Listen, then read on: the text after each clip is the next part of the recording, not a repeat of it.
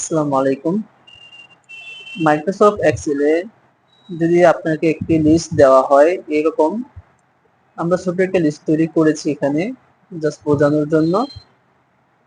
যদি আপনার কাছে এরকম একটি লিস্ট থাকে অনেক বড়, এবং সেখান থেকে যদি আপনাকে কোনো একটি এমপ্লয়ের নাম বলা হয় সেখান থেকে তাদের তথ্য দেখার জন্য এবং তাদের টোটাল বা তাদের সিটি কোথায় এগুলো দেখার জন্য।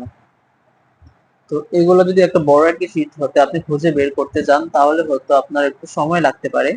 তো সেই কাজটা আপনারা কিভাবে আইডি নাম্বার দিয়ে সহজে খুঁজে বের করতে পারেন তা নিয়ে আজকে আমরা আলোচনা করব। তো চলুন কথা না বাড়িয়ে আমরা শুরু করি। আমরা নেমের ঘরে কার্সর রেখে এখানে প্রেস করব ইকুয়াল, তারপর আমরা বি লুকআপ ফাংশনটি প্রেস করব।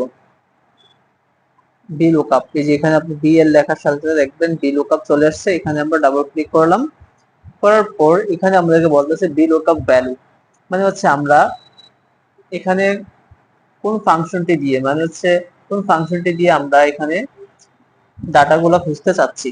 এখানে আমি চাচ্ছি হচ্ছে আইডি নাম্বার দিয়ে ডাটাগুলো খুঁজতে, তাহলে আমি এখানে আইডি নাম্বার সেল দিলাম, দিয়ে এখানে আমি কমা দিয়ে দিলাম।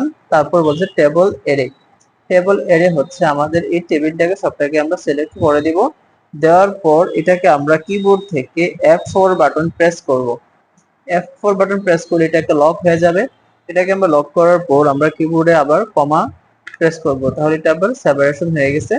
এখানে বলতেছে কলাম ইন্ডেক্স নাম্বার, মানে হচ্ছে আমরা এখানে নামটা যে খুঁজতে চাচ্ছি এই নামটা কত নাম্বার কলামে রয়েছে।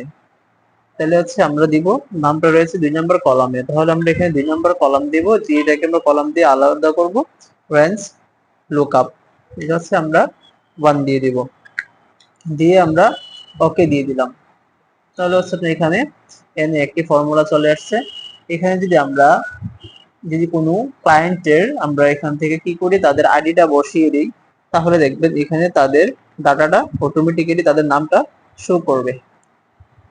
এবং তাদের সিটিটা যদি আমরা অ্যাড করতে চাই সেম ভাবে আমরা কি করতে হবে, ইকুয়াল ভি লুকআপ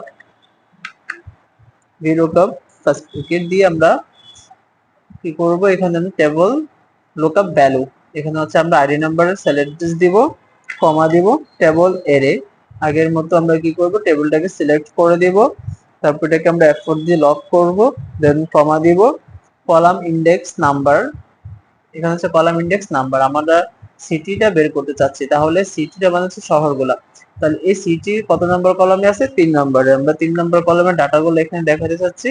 3 নম্বর ডাটাটা দিলাম, দিয়ে আমরা কলাম দিয়ে 1 দিয়ে দিলাম, দিয়ে আমরা ইন্টারে প্রেস করলাম। তাহলে এখানে চলে আসছে, দেখেন আইডি নাম্বার দেওয়ার সাথে সাথে এখানে শফিকুল ইসলাম, তার সিটি হচ্ছে খুলনা। এই যে এখানে আমরা শফিকুল ইসলাম, এই যে এখানে শফিকুল ইসলাম আছে, তার সিটি হচ্ছে খুলনা।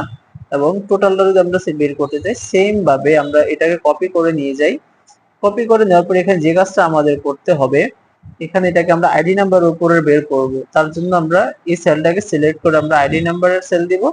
দেন এখানে আমরা কত নাম্বার কলামটা সংখ্যাটা এখানে আমরা দেখাতে চাই, কত নাম্বার কলামের ভ্যালু আমরা এখানে দেখাতে চাচ্ছি। টোটাল হচ্ছে 4 নাম্বার কলাম, তাহলে আমি 3 সিলেক্ট করে এখানে 4 দিয়ে দিব, দিয়ে ওকে দিয়ে দিলাম, তাহলে হচ্ছে ওনার ভ্যালুটা এখানে শো করছে।